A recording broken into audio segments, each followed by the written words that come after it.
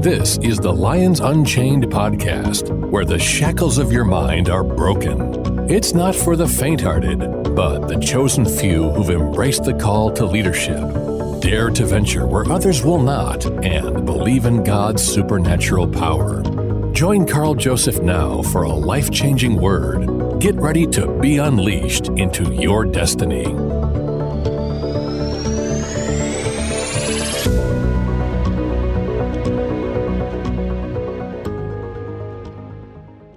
Like it or not, friend, you are living in a surveillance society, and one that you may not be even aware of. Someone once said that privacy is the foundation of a free society. And if that's a true statement, and I believe it is, then our society is rapidly losing its freedom and showing no signs of abating. Freedom is, of course, the basis of all democratic societies, which are founded upon Judeo-Christian principles, which stem from the Torah, the book of Isaiah, the book of Proverbs, and the four Gospels. When George Orwell penned his now infamous book of a coming technocratic dystopia, in sharp contrast to the statutes of true democracy, it was a society in which everyone and everything was monitored on a continual basis. But little did Orwell know that almost 68 years after he wrote the novel 1984, his envisioned technocracy would be well on its way to completion in our present day and age. George Orwell also said, if you want to keep a secret, you must also hide it from yourself. Well, that sounds easy, you might say, but of course the embodiment of yourself represents more than just your thoughts. It's documented on a continual basis in the data residue of your computer, your smartphone, your iPad, shopping habits, Google searches, bank statements, medical records, leisure activities, which are all tracked to some degree, whether it's through our credit cards, phone records, internet searches, or whatever else. The cold hard truth is, friend, that in this day and age, as George stated, Big Brother is watching you, and video cameras literally capture our every move also.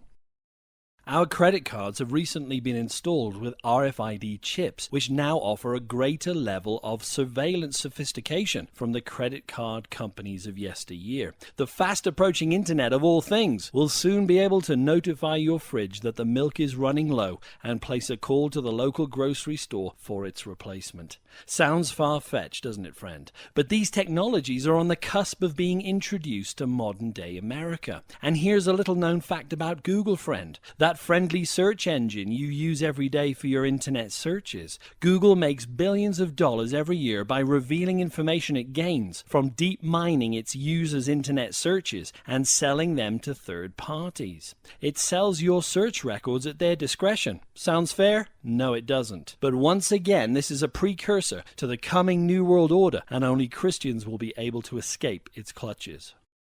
Along the lines of monitoring, a few years back in the United Kingdom, there began a rapid installation of closed-circuit television cameras within its metropolitan areas, and its purpose was to fight crime. Beginning with a benign endeavor to help neighborhood watch organizations, it spawned into a surveillance network that some have come to fear for its Orwellian hallmarks. By 2008, the Guardian newspaper reported that an astounding 4.2 million cameras were being used in the surveillance of not only the UK citizens, but tourists also. That number has likely exceeded 6 million today, almost a decade later. It's also estimated that the average British citizen is captured on camera an average of 500 times a day.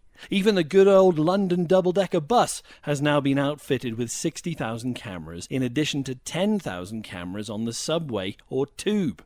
In a recent development, and with the use of artificial intelligence, these cameras are now able to listen in on our conversations in some cases. They're able to recognize particular sounds such as gunshots, breaking glass, screams, or even car crashes in an effort to hone in on the location of certain crimes. Friend, these mandates have reached our shores within these United States, desiring to increase its usage of CCTV in public places in line with Europe. You better know that when you step out of your home, that your every move is being recorded in some form or fashion. But what about inside your home? It's a little-known fact that Project Echelon, the secret codename for a government surveillance program operated by the US in cooperation with Australia, Canada, the UK, and New Zealand, also known as the Five Eyes, has turned on its own populace. The Echelon program, originally created in the 1960s to monitor military communications during the Cold War, has now been turned on the general public in a move that would cause George Orwell's eyebrows to raise, no doubt. Since 1981, a global-wide area network headed up by the NSA, or National Security Agency, headquartered in Fort Meade, Maryland, has been established, utilizing the latest satellite technology to monitor literally every phone conversation, email, fax, text, or any other form of communication within its borders. This is a bold step away from just the surveillance of military communications, which was its original objective.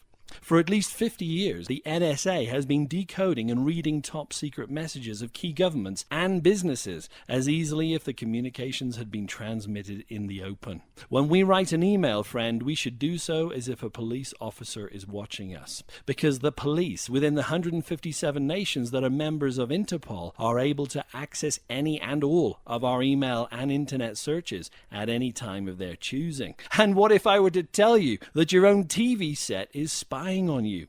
Few people realize that many of Samsung's smart TVs come equipped with voice recognition, which allows you to bark commands at your TV. Since the television is always listening to your voice, Samsung has warned its customers that every word is being captured and sent over the internet. The private policy says, and I quote, "Please be aware that if your spoken words include personal or other sensitive information, that information will be among the data recorded and transmitted to a third party through your use of voice recognition."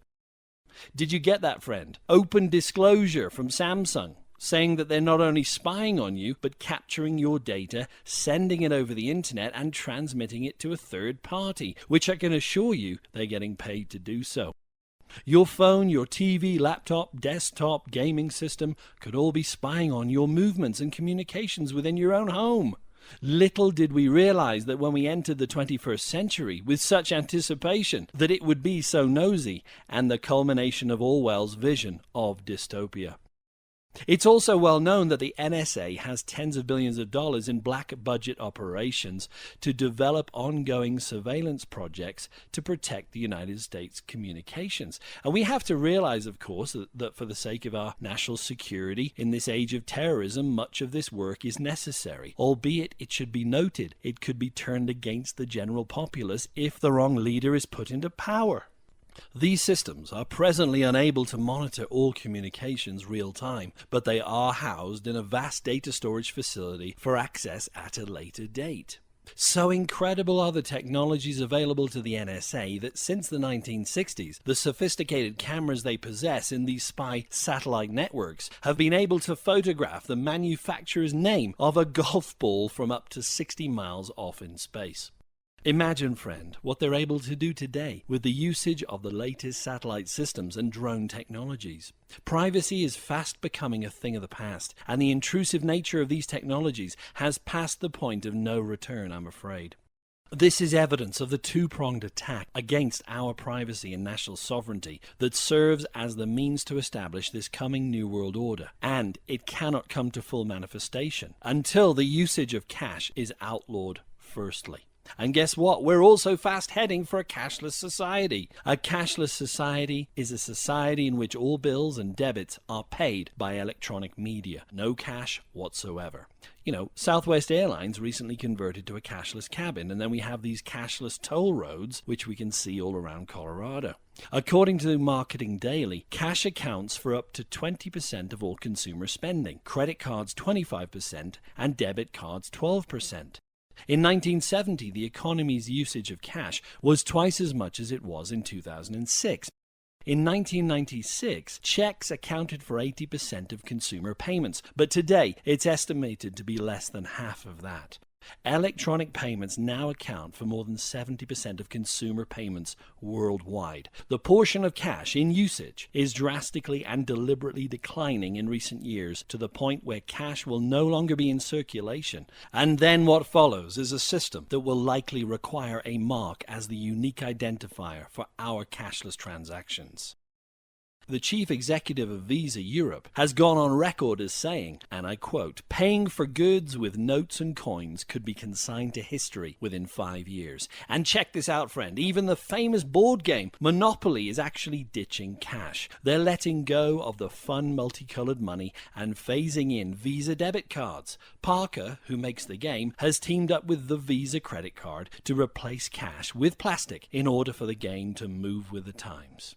Now, listen to this statement, friend, and how the cashless society will play into the hands of the Antichrist in the coming New World Order. Terry Cook, who's an expert on modern technology, says the following, and I quote, "The New World Order economists are not ignorant of the importance of cash and its ability to inhibit their control of the world. They're aware that in order to completely control, track, and monitor the global population, they must first eliminate the use of cash. With cash, there is no way to know how people are using their finances, whether for or against the government or its agenda. Because control of one's finances, in essence, means control of one's entire life, advocates of world government have for decades been promoting a move toward cashless transactions via a myriad of banking plans, ATM machines, point-of-sale machines, credit cards, all funneled through massive computer systems. Eventually, the goal is control of all these computers by the economic leaders of the New World Order." Unquote.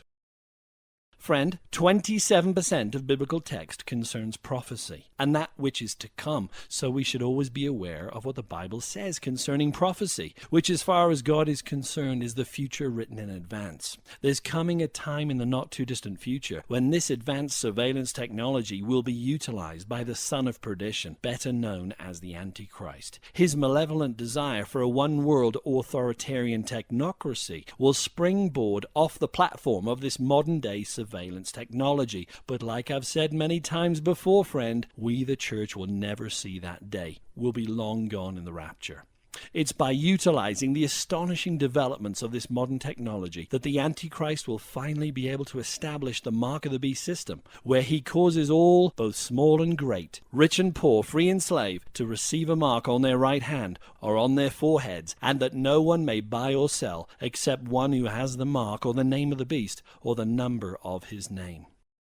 But friend, that does not mean we should not be aware of what is rapidly coming to pass in our society and the early warning signs of the coming New World Order and the rise of the Antichrist system. Friend, I sincerely believe the United Nations is the forerunner of the coming New World Order with its communistic manifesto of Agenda 21 and its revised Agenda 2030. Listen to the very words of the first president of the UN, Paul Henry Spark, and I quote, "We do not want another committee. We have too many of them already. What we want is a man of sufficient stature to hold the allegiance of all the people and to lift us up out of the economic morass unto which we are sinking.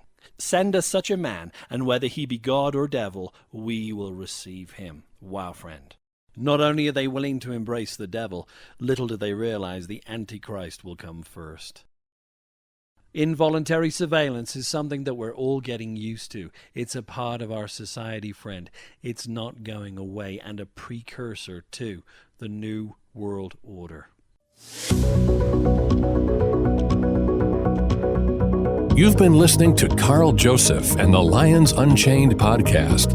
Carl is a minister who has witnessed God's miraculous power to save, heal, and deliver. Carl covers topics such as geopolitics, current affairs, cults, societal trends, and end-time events, all through a biblical lens.